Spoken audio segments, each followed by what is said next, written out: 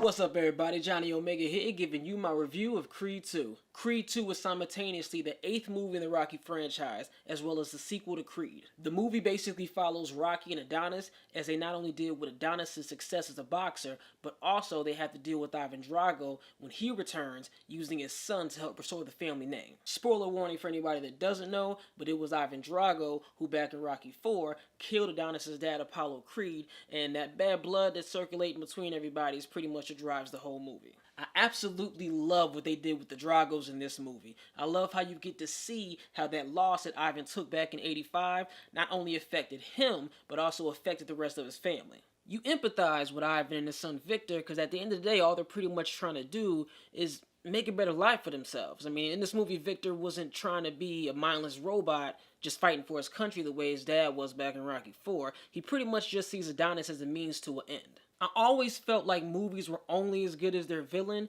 and I love it when movies actually flesh out the villain, and when you can see why they're doing what they're doing, even if you don't agree with what it is that they're doing, 9 times out of 10 it makes for a better movie overall. I like that part in the movie so much that I kind of wish I would have saw a little bit more of that. Like, there's this scene where Victor is pretty much arguing with his dad, basically saying, hey, why do we have to deal with these, higher up Russian people, because they're basically the reason why we're living the way that we're living. He just doesn't understand that. And Ivan breaks it down to him like, look, the reason why this is happening is because I lost, but you won't. I like that scene because it shows that Victor's in a position that he doesn't really want to be in. Like, he doesn't really want to fight Adonis, but he has to basically just restore the family name so that they can live a better life. On the flip side of that, the story arcs with Rocky and Adonis and what they're dealing with, that was done great as well. All the things going on professionally dealing with the Dragos, on top of all the stuff that they're dealing with personally, was pretty much done as well as you could do it.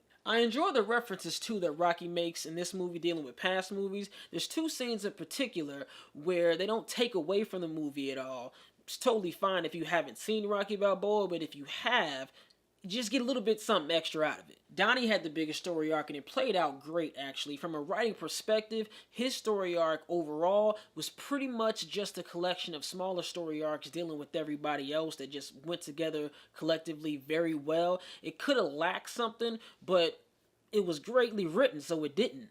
With a boxing movie, though, you gotta talk about the boxing, and this movie didn't disappoint. Granted, this movie didn't have anything as cool as a one-shot fight scene from Creed 1, but what this movie did have going for it is the ability to make Adonis look like an underdog. I first noticed this in the trailer, and the movie played it up very well, but the size difference between Adonis and Victor is crazy. Crazy to the point that you just know in real life this fight would not happen. Roy Jones Jr. was good in his prime, but do you really want him in the ring with a prime Lennox Lewis, though? I'm just saying the fight wouldn't be fair. Performance-wise, all the main characters did a good job, too. I don't think there's a weak performance out the bunch. In fact, I'd go as far as to say that all the main characters in this movie did a better job this time around than he did in the first movie. Michael B. Jordan is always great, Tessa Thompson stepped her game up too, and Sylvester Stallone could probably play Rocky in his sleep if you asked him to. So in conclusion, the acting was great, the story was great, the boxing was great, really wasn't any big flaws in this movie. All that being said,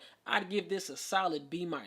So comment below and let me know what your favorite movie in the Rocky franchise is. A lot of good ones, but I still think the original is the best. Thanks for watching, and if you haven't already, hit that subscribe button to see what we got coming next.